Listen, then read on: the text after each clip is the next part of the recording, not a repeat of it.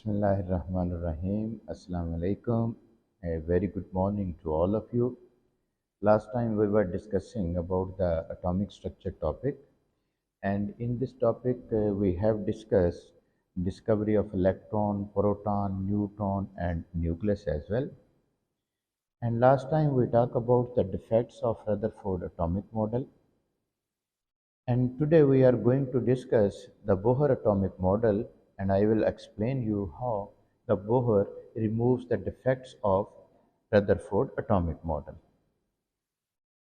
Bohr, he gave another model that is called Bohr atomic model.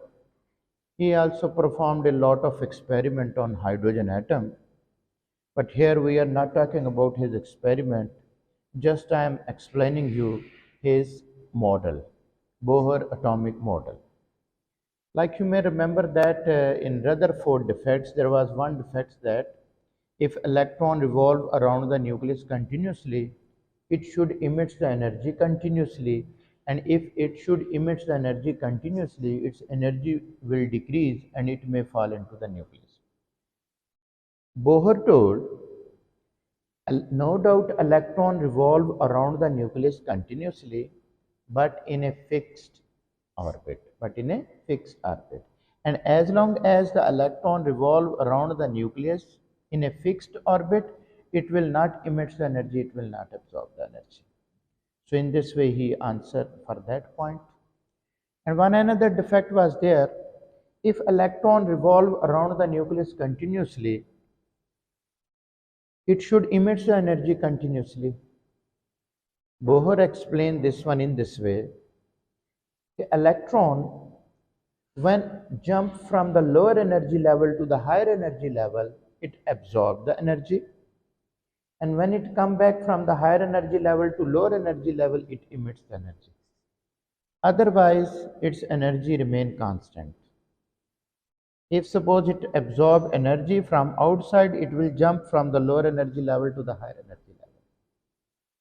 And in higher energy level, it means it is in excited state, it must come back. When it come back in lower energy level again, it emits the energy. So in this way, he removed another defects of Rutherford also. And more, he gave the idea about the atom, this one, the energy which is released by the electron when it come back from the higher energy level to the lower energy level. So energy, frequency of this energy is directly proportional to the difference between two energy. Whenever electron come back to the lower energy level, it emits the energy, and frequency of this energy is directly proportional to the difference between these two energy levels. And if suppose we want to write this equation in this way, delta E is equal to, so we must put a constant, and that is a Planck's constant H. And the end, one more he give you, Bohr. Electron revolve around the nucleus only if its angular momentum mvr equal to nh over 2 pi. So in short, I can repeat again the 5 points of the Bohr atomic model. 1. Electron revolve around the nucleus continuously but in a fixed orbit. As long as it revolve around the nucleus continuously, it will not emit the energy, it will not absorb the energy. If it absorbs the energy, it will jump from the lower energy level to the higher energy level. If it comes from the higher energy level to lower energy level, it must emit the energy. So in this way, when electron going upward, giving no color, so line is there in the spectrum. And when it is coming back from the higher level to the lower level, it giving the energy, so light is there. So line spectrum defect clear. More, the frequency of this energy which is emitted is directly proportional to the difference between these two levels. If the difference is more, frequency is greater.